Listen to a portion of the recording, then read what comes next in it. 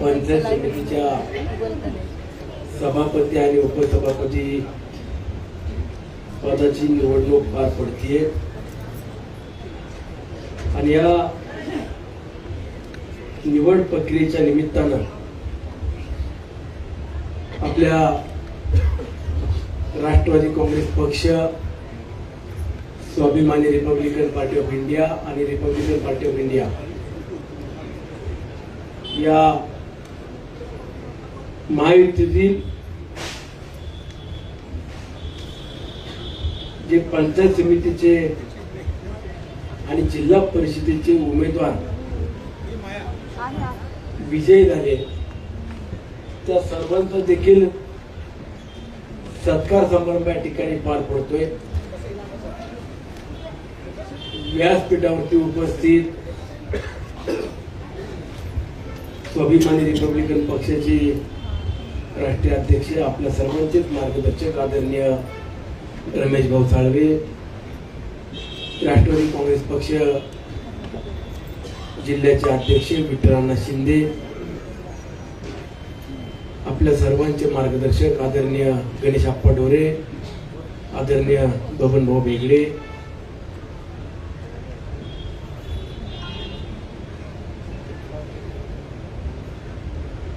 आदरणीय सुरेश भाऊ चौधरी,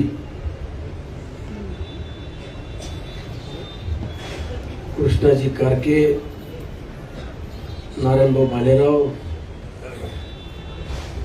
आदरणीय मामलीदादा ठाकर, सुवर्णताई राऊत, चिपू महाराज कडू, सुवर्ण संभाजीराव राक्षे, काळूराव मालपोटे, बबनरावजी ओवाळ, किरणरावजी हुलावळे, नामदेवराव शेलार, दीपक अण्णा हुलावळे। व्यासपीठावरती आपल्या वडगाव नगरपंचायतच्या नगराध्यक्षा अबुलीताई, सर्व नगरसेवक, नगरसेविका, उपस्थित जिल्हा परिषदेचे सर्व माझे नवनिर्वाचित सदस्य, पंचायत समितीचे सर्व नवनिर्वाचित सदस्य, मोठ्या संख्येनं उपस्थित असलेले वडीलधारी, माझ्या माय भगिनी, सहकारी बांधव आणि पत्रकार मित्रांनो, कुणाला पाहिजे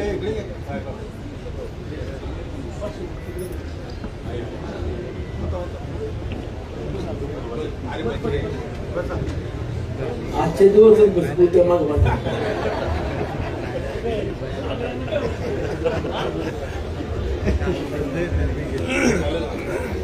आत्ताच ज्यांची सभापती, मावळ पंचायत समितीची सभापती म्हणून निवड झाली अशा सुनीताताई मनोजराव येवले आणि उपसभापती म्हणून साहेबरावांना कारके, या दोघांचंही आपल्या सर्व राष्ट्रवादी काँग्रेस पक्ष, स्वाभिमानी रिपब्लिकन पक्ष, रिपब्लिकन पार्टी ऑफ इंडिया, राष्ट्रवादी काँग्रेस पक्षाच्या सर्व परिवाराच्या वतीनं, मावळच्या तमाम जनतेच्या वतीनं मनपूर्वक अभिनंदन करतो, त्यांच्या वाटचालीला देखील शुभेच्छा व्यक्त करतो।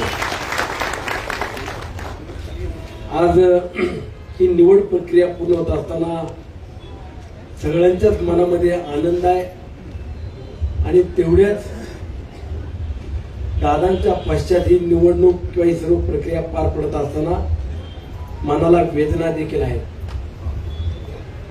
दादांनी मावळ तालुक्यात काय आले की सांगायचे, सर्व पदाधिकारी किंवा राष्ट्रवादी काँग्रेस पक्षाच्या विचाराची मंडळी एकजुटीनं काम देखील करायचे, परंतु गेले 25-30 वर्ष जी खंत आपल्या सगळ्यांच्या मनामध्ये होती ती मागच्या वर्षा 1.5 वर्षापासून मी देखील आवर्जून सांगायचो। विधानसभेची निवडणूक पार पडल्यावरती ठामपणाने सांगायचो की आपण पंचायत समितीमध्ये 10 पैकी किमान 9 जागा जिंकू, एखादी जागा आपली जर गेली तर जाईल, नाही तर 10च्या 10 जागा जिंकू आणि या पंचायत समितीमध्ये राष्ट्रवादी काँग्रेस पक्षाचा झेंडा लावल्याशिवाय आपण देखील गप्प बसणार नाही। आणि ते स्वप्न आज तुमच्या सगळ्यांच्या बळावरती, तुमच्या सगळ्यांच्या विश्वासावरती, ताकदीवरती आपण पूर्ण करू शकलो. आता पंचायत समिती आपल्या ताब्यात आली म्हणजे आपलं एक स्वप्न पूर्ण झालं. परंतु ग्रामीण भागातील 3.5 लाख या माझ्या मायबाप जनतेचं खऱ्या अर्थानं स्वप्न आता पूर्ण करण्याची जबाबदारी मोठी आपल्यावरती वाढलेली आहे. जवळपास 2,17,000 का 2 लाख किती रे मतदान ग्रामीणचं?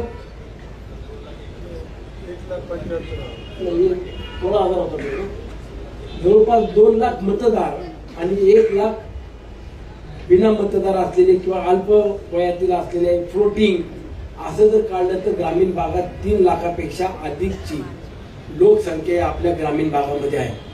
आणि या सर्वच जनतेच्या आता आपल्याकडनं देखील अपेक्षा वाढलेल्या आहेत. आणि या सगळ्यांना जर अपेक्षा पूर्ण करून या पंचायत समितीतून जर न्याय द्यायचा असेल तर आपल्या पदापेक्षा आपलं कर्तृत्व आणि आपली जबाबदारी याचं भान ठेवून सर्वांनाच काम करावं लागणार आहे. जिल्हा परिषद माझे 5ही आपल्या सगळ्यांचे विचाराचे सहकारी येत्या 18 तारखेला तिथली देखील निवडणूक प्रक्रिया पूर्ण होईल. जिल्हा परिषदेचे अध्यक्ष, उपाध्यक्ष, त्यानंतर तिथल्या असलेल्या समित्या, त्यांचे सभापती, उपसभापती किंवा तिथली संपूर्ण जबाबदारी हे देखील काही महिनाभराच्या आतमध्ये पूर्ण केली जाईल. म्हणजे 18 तारखेनंतर पुढच्या 8-10 दिवसात ती देखील जबाबदारी घेतली जाईल.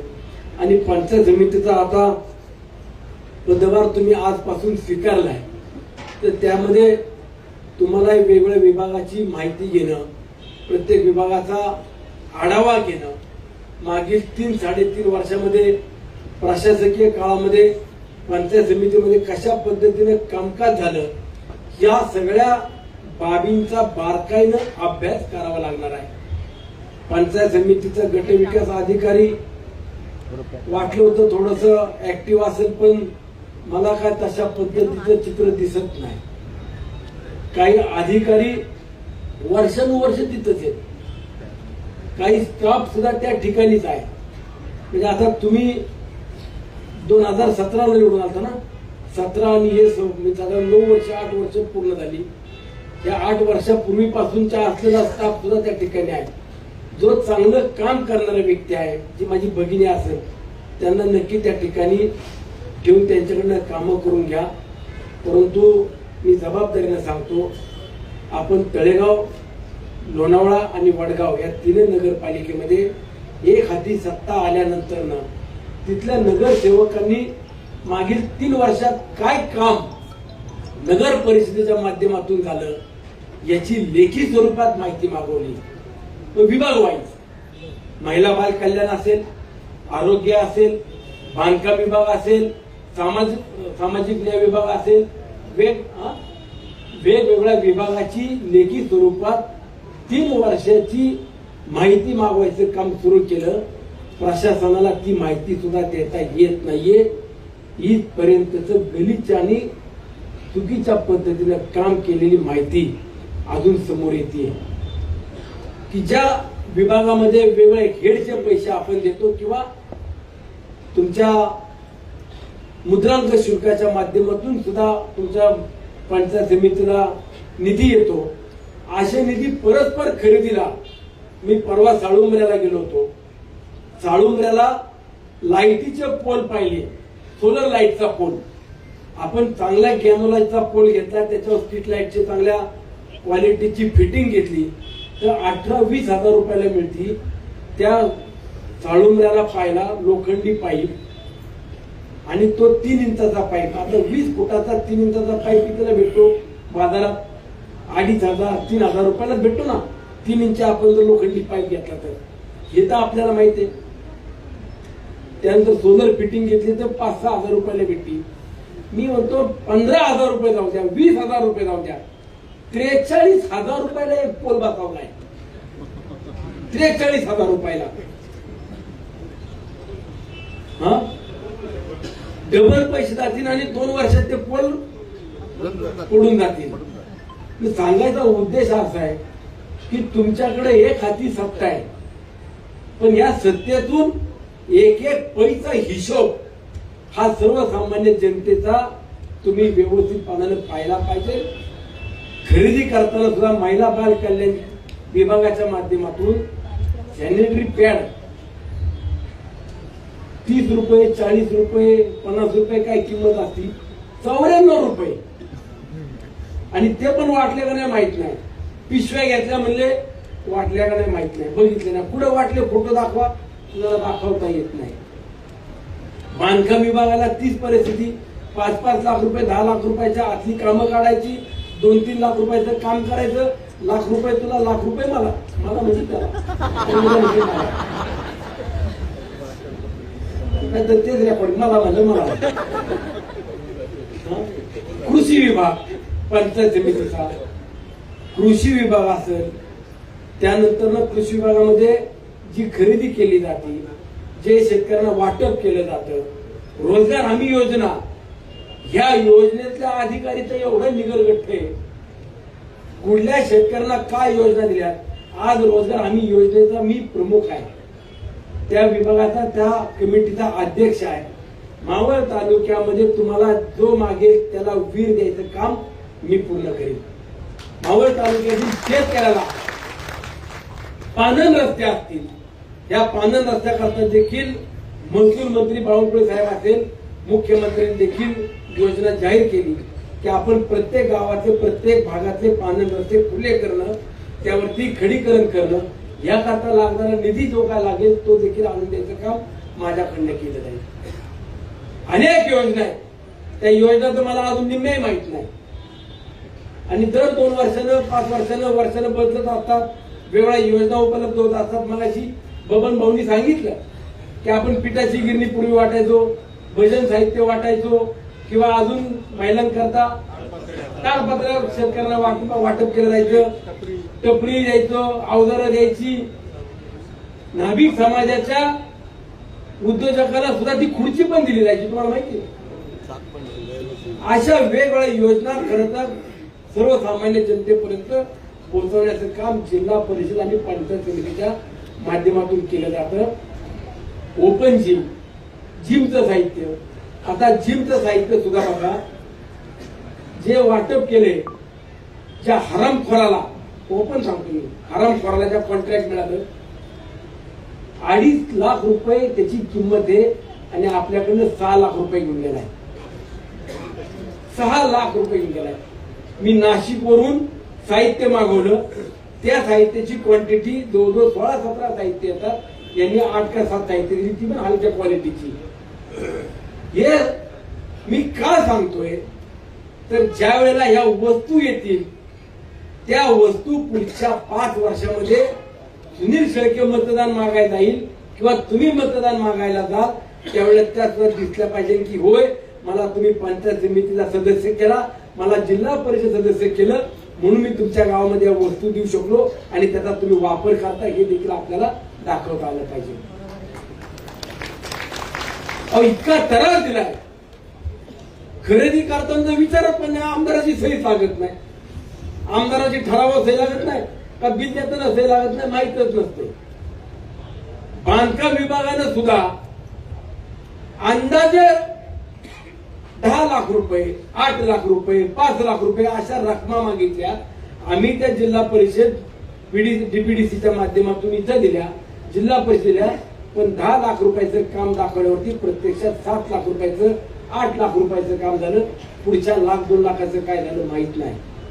आणि म्हणून तुम्ही सर्व 10च्या 10 पंचायत समितीच्या सदस्यांनी पहिलं जर काय काम करायचं असेल तर मागच्या 3 वर्षात पंचायत समितीच्या प्रत्येक विभागाची लेखी माहिती मागवा. कुठल्या विभागातून किती खर्च झाला, कुठल्या हेडमधून, कुठल्या विभागाकडून, कुठल्या राज्य शासनाच्या, जिल्हा परिषदेच्या, पंचायत समितीच्या किंवा डीपीच्या माध्यमातून निधी आला आणि तो कशा पद्धतीने वितरित केला, ही माहिती पहिली या महिन्याभरात मागवायचं काम तुम्ही करा. तुम्हाला एवढा मोठा भ्रष्टाचार आणि एवढा अनाठाई पैसा गेलेला लक्षात येईल की इथले अधिकारी सुद्धा सस्पेंडच करावे लागतील. शालेय पोषण आहार, शाळेचे गणवेश, शाळेच्या व्यवस्था, अंगणवाड्या, तिथली व्यवस्था, त्यामध्ये सुद्धा शिक्षकांनी काही मला सहकार्य केलं म्हणून आपण पूर्वीच्या काळात एक गणवेश मिळायचा, सर्वसाधारण म्हणजे ओपन कॅटेगरीच्या मुलांना मिळत नव्हते, परंतु चांगला कॉन्ट्रॅक्टर शोधला, 3,500-4,000 हजार ओपन कॅटेगरीतली मुलं होती, त्यांना ड्रेस मिळत नव्हते, त्याला काम दिलं, त्याला सांगितलं एकही पैसा देणार नाही, या 3,500-4,000 हजार मुलांना तुम्हाला गणवेश मोफत द्यावे लागेल. तेवढ्याच पैशात त्यांनी 3,500-4,000 हजार मुलांना गणवेश मोफत दिले.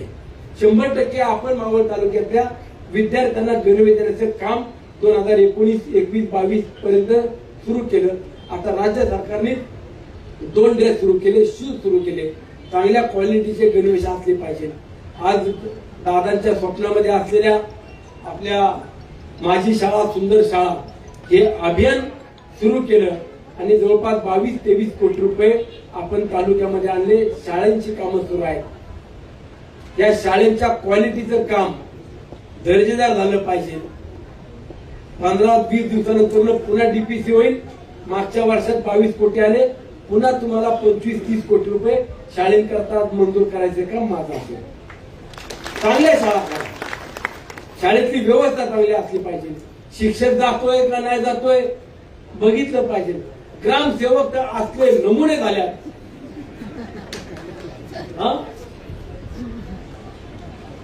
मालक झाले, गावचे बी मालक तेच, ग्रामपंचायतीचे मालक बी तेच. बघायलाच नाही कोणी. काय खरेदी करतात, कितीला करतात माहित नसतं. ग्रामपंचायत म्हणजे सुद्धा पंचायत समितीच्या सहकार्यानं आता जोपर्यंत प्रशासकीय काळ आहे किंवा जोपर्यंत ग्रामपंचायत निवडणुका होत नाही तोपर्यंत तुम्ही लक्ष घालून ग्रामपंचायतीत पुढे भ्रष्टाचार झालाय हा बाहेर काढला पाहिजे. कुठल्याही पक्षात असू द्या, तो आपल्या असेल किंवा विरोधी पक्षात असू द्या. परंतु 100 रुपयाची वस्तू जर 110 रुपयाला घेतली असेल तर ते आपण मान्य करू. 100 रुपयाची वस्तू 200 रुपयाला 250 रुपयाला होत असेल तर त्यावरती चौकशी लावून तात्काळ निलंबन किंवा त्याच्याकडनं वसुली हा पहिला प्रोग्राम हातामध्ये या महिन्याभरात घ्या. पहिलं काम महिन्याभरात तुम्हाला दिलेले. आणि तळेगाव, लोणावळा, वडगाव या माझ्या नगरसेवकांनी नगरसेविकांनी जे अभियान 1 तारखेपासून सुरू करायचं त्याचं प्लॅनिंग करतायत. नगरसेवक आपल्या दारी जे मत मागायला जात होते 3 वेळा 2 वेळा, काका बरं आहे का, बाबा बरं आहे का, भाऊ लक्ष राहू द्या, ताई लक्ष राहू द्या. आता तुम्ही एकदाच त्यांच्याकडे लक्ष ठेवायला जा, एकदाच जा. तुम्ही मला मतदान केलं, मी तुमच्या दारात आज आलेलो आहे. काय काम आहे, काम काय आहे फक्त मला लेखी स्वरूपात द्या. आम्ही अशा पद्धतीने देखील फॉर्म तयार केले, पण ते दिला. नगरसेवक आपल्या दारी पण फोटो माग आहे त्याच्यावरती, कारण पैसे मला द्यायचे तर त्यामध्ये या आपण कुटुंबाची माहिती किंवा त्यांची काय अडचण आहे, कुणाला रेशन मिळत नसेल रेशन कार्ड पाहिजे, कुणाला जातीचं प्रमाणपत्र पाहिजे, कुणाच्या सातबाऱ्याची अडचण आहे, ज्या काय अडचणी सांगतील किंवा आम्हाला रस्ता पाहिजे, आमची तर लाईटची व्यवस्था नाहीये, पाणी पाहिजे, या ज्या ज्या बाबी आहेत त्या बाबींकडे आपण लक्ष दिलं पाहिजे. आणि ही सगळी कामं महिनाभरामध्ये तुम्हाला पंचायत समिती कळाल्यानंतर तुम्ही गावागावामध्ये फिरायला सुरुवात करा. घराघरापर्यंत जा, एकदा आज जा, परत पुढचे 3 वर्ष नाही गेला तरी चालेल, परत शेवटचे 1 वर्षभर आधी जा. 5 वर्षाचाच कार्यक्रम देऊन ठेवतो, नंतर काय जायची आवश्यकता नाही. म्हणजे तुम्ही पण आहे तुमच्या नावं कळायला. आपण ज्या जनतेनं विश्वासानं आपल्याला ही संधी दिली त्या संधीचं खऱ्या अर्थानं सोनं केलं. माझ्या वाड्या पाड्यावरती ग्रामीण भागातल्या राहणाऱ्या व्यक्तीला या पंचायत समिती आणि जिल्हा परिषदेच्या सदस्यांनी न्याय दिला. ही जर आपल्याला भावना व्यक्त करायची असेल किंवा आपल्याला त्यांच्या मतातून आपल्याला विश्वास संपादित करायचा असेल तर कामच करावं लागेल, ही माझी तुम्हाला विनंती आहे. 2019 ते 2024 पर्यंत भाऊ 5 वर्षाच्या काळामध्ये कोविडचा काळ होता, 1.5-2 वर्ष तरी आपण फिरत होतो. परंतु 5 वर्षात सुनील शेळकेनं प्रत्येक गावात वाड्या पाड्यावरती फिरला. कुणाची म्हणायची ताकद सुद्धा झाली नाही की आमदार आमच्या गावातच आला नाही, आमच्याकडे बघितलं नाही, आम्हाला माहितच नाही, कळत राहायला गेलो, डोंगरवाडीला गेलो, सगळीकडे जात होतो. तसंच तुम्ही एकदा का व्हायला त्या गावात त्या भागात गेलं पाहिजे. हे तुमच्याकडे कुणी अंकुश ठेवणार नाही. विरोधकांकडे आपल्या विरोधात बोलायला पुन्हा मुद्दाही नव्हता. आमदारानं काम केलं का नाही केलं, पण भ्रष्टाचार केला, पुन्हा केला नाही, नंतर काम पुढे केले. एकीकडे म्हणजे भ्रष्टाचार केले, काम काय केले, नक्की काय म्हणायचं ना तेच मला कळत नव्हतं. पण आपण काम करताना सर्वसामान्य माणसाची नाळ ही कधीच तुटता कामा नये एवढंच मला या निमित्तानं सांगायचंय. आणि तुम्ही जर चांगलं काम केलं तर आम्ही तुम्हाला कुणी अंकुश ठेवून किंवा कुणी तुम्हाला वाईट बोलायचं कारण नाही. तुम्ही चांगलं काम कराल ही माझी देखील तुमच्याकडनं खूप अपेक्षा आहे. की ग्रामीण भाग आज खरं तर मोठ्या संख्येने या ठिकाणी उपस्थित आहे. येणाऱ्या पंचायत समितीनंतर आता ग्रामपंचायतीच्या निवडणुका आहेत. त्यामध्ये ग्रामपंचायत निवडणूक कशा पद्धतीने तुम्हाला लढवायची, ज्या ज्या ठिकाणी सामोपचारानं मिटेल त्या ठिकाणी मिटवा. जिथं एकोप्यानं आपल्याला बिनविरोध करता येईल, पण कुणाला शब्द देऊ नका. पहिले 6 महिने मला, नंतर मग तुला, तसलं कुणाला शब्द देऊ नका. कुणी 6 महिन्यानंतर राजीनामा देत नाही. फार तेवढा जातो, भांडारा लावितो, पण काही देत नसतो. त्यामुळे आपण काय त्या भानगडीत पाडणार पण नाही. मला खोटा दबावलाय आमदार तुमच्या सपोर्ट झालं, तुम्ही ऐकू नका बोलले काय ऐकायचं, मला माहिती ऐकायचं काम बंद करून ठेवणार.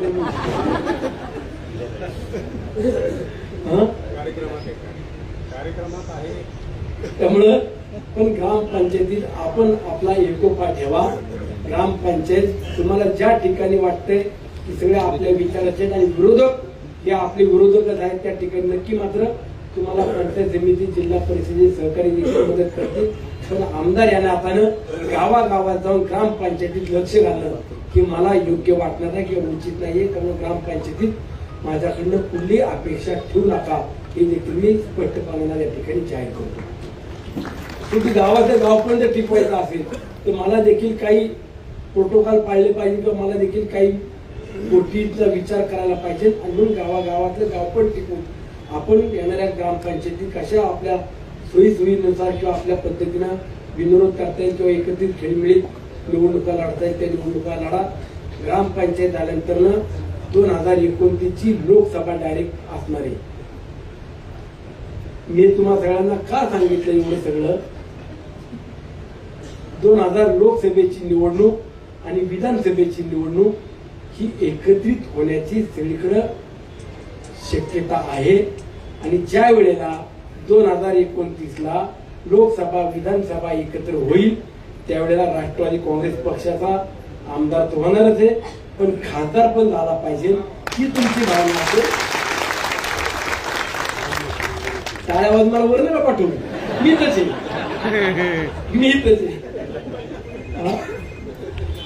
त्यामुळं आपण आपल्या संघर्ष लावू नका. लोकसभा विधानसभा ह्या एकत्र होतील असं आजही विधिमंडळात अनेक ज्येष्ठ सहकारी किंवा राजकीय प्रमुख नेते देखील करत आहेत. आणि म्हणून आपण राजकारणापेक्षा विकास कामांवरती वेगवेगळ्या योजनांवरती भर द्या आणि त्यातून खऱ्या अर्थानं आपल्या जनतेला न्याय द्या एवढीच अपेक्षा निमित्तानं व्यक्त करतो. आगामी काळामध्ये मुख्यमंत्री लाडकी माझी बहीण ही योजना सुरू असताना काही माझ्या महिला भगिनींना त्या योजनेचा लाभ मिळत नाहीये, काहींचे पैसे खात्यावरती जमा होत नाहीये, ही माहिती घ्या. त्यामध्ये काही तिथले अधिकारी किंवा जे नेमणूक केलेले आहेत त्यांचं त्यावरती लक्ष नसल्यानं काहींचे पैसे बंद झाले, ज्यांना खऱ्या अर्थानं गरज आहे त्या बाबतीत सुद्धा आपण योग्य पद्धतीने लक्ष घालून त्या लाडक्या मुख्यमंत्री लाडकी माझी बहीण या योजनेचे पैसे माझ्या महिला भगिनींना कसे मिळतील याबाबत आपण प्रयत्न करावा. शेतकऱ्यांना 2 लाखापर्यंत कर्जमाफीची देखील माननीय मुख्यमंत्र्यांनी घोषणा केली आहे. त्यामध्ये आपले शेतकरी जे असतील त्यांचा देखील माहिती घेऊन आढावा घेऊन त्यांना या योजनेपर्यंत येण्याचं काम केलं पाहिजे. मावळ तालुक्यातील मुख्यमंत्री ग्राम सडक योजना या योजनेच्या माध्यमातून देखील अनेक रस्ते घेतले जातील. आपण पवन मावळातले जे आता सायकल टूर झाली त्या नाव कसं सायकल टूरचं ग्रँड सायकल टूर याच्या माध्यमातून आपण पवन मावळमध्ये जवळपास 38 ते 40 किलोमीटरचे रस्ते पूर्ण करू शकलो, चांगले केले. आता नव्यानं 85 ते 90 किलोमीटरचे रस्ते पुन्हा आपल्या पवन मावळ, नाणे मावळ आणि आंदर मावळ या भागातले रस्ते आपण सुरू करतोय. पण हे करत असताना ग्रामपंचायतीच्या सदस्यांना आणि पंचायत समितीच्या सदस्यांना सांगतो गावच्या कडेला असलेली घाण ही स्वच्छ ज्या गावातली असेल त्या गावातूनच तो रस्ता जाणार आहे. मी परवा टाकव्याचं बघितलं, टाकव्याचे पण पुढारी इथं. अरे काय ती घाण आहे त्यामध्ये. अरे दिली तुम्हाला जागा, तुम्ही टाका आत कचरा. तुम्हाला जागा दिली आत टाका. तुम्ही प्रस्ताव असं नसतो मारुती भाऊ, तुम्ही तिथं प्रस्ताव दिला पाहिजे, फॉरेस्ट डिपार्टमेंटचा पाठपुरावा केला पाहिजे, त्यातून तुम्हाला संधी मिळेल तर ती जागा मिळेल. तुम्ही आज तरी कचरा टाका, त्या अख्खं खराब दिसते. आज त्या सायकल टूरची आम्ही सर्वे करतो, अधिकारी सुद्धा म्हणजे साहेब या असं जर बघितलं की इंटरनॅशनल स्पर्धा आहे, अनेक देशातले प्लेयर येतात, त्यावेळेस तिथली परिस्थिती सर्वे केल्यानंतर कुठला भाग कट होईल सांगू शकत नाही. म्हणून आता सुद्धा त्या बाबतीत आपण चांगल्या पद्धतीनं तिथली व्यवस्था किंवा रस्त्याच्या कडेची कचऱ्याची व्यवस्था चांगल्या पद्धतीने करा. मला सांगण्यामागचा उद्देश एवढा आहे, पुढच्या 3-3.5 वर्ष पुढली निवडणूक नाही, फक्त काम एक काम एवढंच आपल्याला या निमित्तानं पाहावं लागेल. आणि त्यातून ग्रामीण भागातल्या जनतेला कसा न्याय मिळेल या बाबतीत आपण सगळ्यांनी सकारात्मकपणे पुढे जा. आज कुणावरती टीका टिप्पणी करावी असं मला वाटत नाही आणि कुणावरती बोलायचं पण गणेश भाऊ मग अशी भारी म्हणली नाही ना, गणेश भाऊ म्हणते ते काय टिकटिक बंद करायला गेले आणि टुकटुक मध्ये पाहिजे. आपल्या जोवर मी आहे ना तो असं तुम्ही काळजीच करू नका.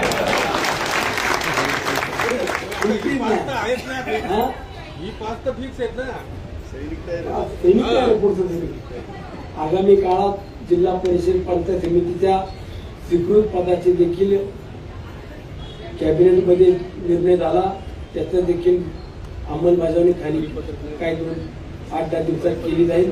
त्यातूनही सर्व पक्षाचे प्रमुख मंडळी बसून प्रत्येकाला वर्षाची कशी संधी देता येईल आपण सगळी मंडळी बसून पंचायत समितीत मगाशी रमेश भाऊंनी खंत व्यक्त केली. परंतु मी जाहीरपणाने सांगतो, आदरणीय अजितदादांनी रमेश भाऊला, गणेश आप्पांना देखील आश्वासित केलं होतं, आपलं सरकार आल्यावरती तुम्हाला देखील योग्य तो सन्मान केला जाईल. मी जाहीरपणे सांगतो आप्पा, त्याचा देखील विचार केला जाईल. आगामी काळात बबन भाऊ आहेत, गणेश भाऊ आहेत, ही सगळी मंडळी आहेत. आपण वेगवेगळ्या ठिकाणी त्याचबरोबर आपल्या सगळ्या पदाधिकाऱ्यांना देखील कसा सन्मान देता येईल ते सगळं ऐकायला आपली पूजा तयार आहे. तुझ्याकडनं पण वाया निरोप पाठवतो आता की एवढी सगळी मंडळी बघतायत, आम्हाला काय आता संधी मिळणार आहे. आम्ही जाहीरपणे त्या दिवशी मी मीटिंग मध्ये सांगितलं, आम्हाला जिल्हा परिषदेचं अध्यक्षपद नाही मिळालं तरी हरकत नाही, परंतु ज्याला न्याय द्यायचा तो द्या. पण माझ्या मावळ तालुक्याला विकास कामांना निधी पुढे कमी पडता नये एवढे मात्र मला तुम्ही ठणकवून सांगून आलेले. पण ठीक आहे, कामांना निधी मिळेल, परंतु अध्यक्ष नाही तर उपाध्यक्ष, सभापती, कृषी व पशुसंवर्धन पुन्हा बघतो दीपकांना सांगायला म्हणून सर्व आगाने बघते आणि तुम्हाला मला काय नको म्हणला पण असं म्हणलं. आगामी काळात माझ्या 3.5 वर्षाचा अजून कार्यकाळ बाकी आहे, 12 दिवस आहेत. आता एकच विनंती करतो, जनता दरबार असणारे दर सोमवारी अधिवेशन झाल्यावरती त्या जनता दरबारला पंचायत समिती, जिल्हा परिषद सदस्य देखील उपस्थित असले पाहिजे. प्रत्येक भागातल्या गावातली लोक या ठिकाणी येतील, त्यांना आपण सरकारची भूमिका ठेवून चांगलं काम करूया. आणि जर तुम्ही चांगलं काम केलं तर मला आठवड्यातली एकदा सुट्टी भेटेल. आता मला मी एकदा सुट्टी द्या. अरे भाई पोराकडे मोठी झाल्यात, मला बी थोडस बघू द्या. जर तुम्ही एकदा सगळ्यांनी जर चांगलं काम केलं तर भाऊ सुट्टी भेटेल ना. काय रमेश भाऊ, एक दिवस तरी सुट्टी द्या. मला माझा संसार बघू द्या, तर म्हणतील आलाय बाप गेलाय बाप, आलाय गेलाय असंच चालली सध्या परिस्थिती. पण आता माझी मुलंही मोठी झाली. मला आठवड्यातलं मी या सगळ्या गोष्टी कधी बोलत नव्हतो, पण दादांच्या जाण्यानंतर काही वेळेला आपण देखील स्वतः विचार केला पाहिजे ना, आपण काय करतोय. की दादांनी महाराष्ट्राकरता काय केलं तर प्रत्येक व्यक्तीच्या हृदयामध्ये घर केलं. कामाचा माणूस म्हणून आणि तोच आदर्श ठेवून मी देखील काम करण्याचा प्रयत्न करील. या मावळच्या जनतेनं मला ज्या विश्वासानं दुसऱ्यांदा संधी दिली तोच विश्वास टिकवण्याची जबाबदारी नक्कीच माझी आहे आणि त्या विश्वासाला पुढे तडा न देता चांगलं काम करून दादांच्या स्वप्नातला मावळ तालुका आपल्या सगळ्यांना पूर्ण करायचा आहे एवढे त्या निमित्तानं सांगतो. आगामी काळामध्ये पंचायत समिती जिल्हा परिषदेच्या पुढल्या टूर निघतील. अभ्यास दौरा पुढे जायचं एक ठिकाणी जायचं. अभ्यास जर करायचा असेल तर बारामतीला जायचं. बारामतीतून अभ्यास करायचा आणि बारामतीत कशा पद्धतीने बारामती उभी केली आहे, कसे प्रकल्प आणले हे पाहिला. रस्ते कसे आहेत, स्वच्छता कशी असते, व्यवस्था कशी असते, प्रशासन कसं काम करतं जर पाहायचं असेल तर बारामतीला पंचायत समितीने जर नाही व्यवस्था केली मी करून देईल, पण बारामतीच बघायला जायचं एवढ्या निमित्तानं सांगतो. सगळ्यात माझ्या सहकाऱ्यांचं राष्ट्रवादी काँग्रेस पक्षातल्या परिवारातील सर्व वडीलधारी माझ्या आया बहिणी प्रमुख ज्येष्ठ असलेल्या नेते मंडळींचे देखील आभार व्यक्त करतो. तुमच्या विश्वासानं स्वाभिमानी रिपब्लिकन पक्ष, रिपब्लिकन पार्टी ऑफ इंडिया यांच्या साथीनं आपल्याला पंचायत समितीत, जिल्हा परिषदेत घवघवीत यश मिळालं. त्या यशानं पुढे उन्मादून न जाता त्या जनतेच्या सेवेत राहू हा विश्वास देऊन थांबतो. धन्यवाद. जय हिंद, जय महाराष्ट्र, जय राष्ट्रवादी.